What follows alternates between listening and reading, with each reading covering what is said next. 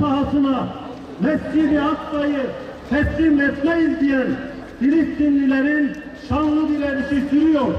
Giriş konuşmasını yapmak üzere Hasan Konuşuk kardeşimizi buraya davet ediyoruz. Filistin davası bizim için bir tarih davasıdır. Filistin davası bizim için bir insanlık davasıdır. Müslüman uyuma, Kudüs'e sahip çık. Gerçek mermilerle Filistinliler üzerine ateş açan ve Gazze'yi kan gölüne çeviren İsrailli askerler insansız hava araçlarıyla Filistinlilere gaz yağdırmaktadır. Yüzyıllardır bu topraklarda yaşayan ve kendi topraklarını savunan masum halka yönelik bu saldırılar Siyonistlerin ve destekçilerinin çirkef yüzünü bir daha göstermiştir. Amerika Birleşik Devletleri'nin aldığı büyükelçilik kararına İslam dünyasından büyük tepki gelirken somut adımların atılmaması, Amerika Birleşik Devletleri ve İsrail'in elini güçlendirmektedir.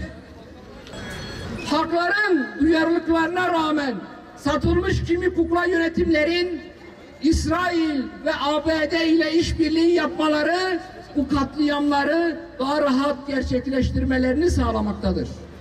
Siyonist İsrail şımarıklığının, azgınlığının, eli kanlı oluşunun gereğini yapmaktadır.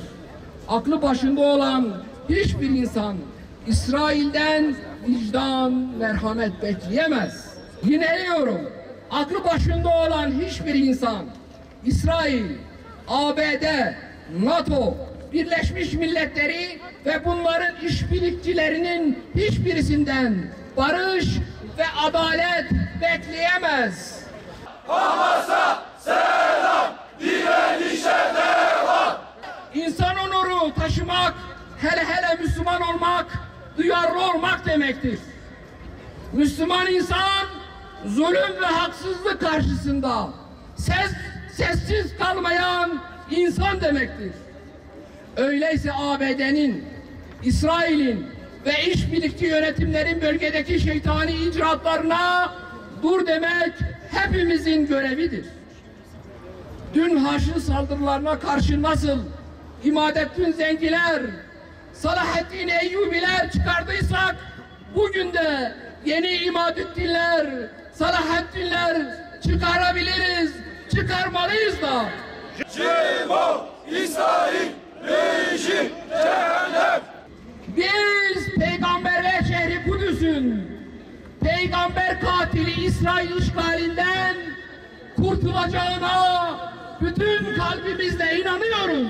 Gün Hazreti Peygamber'in, Hazreti Ömer'in ve Salahaddin'in emanetine hep birlikte sahip çıkma günüdür.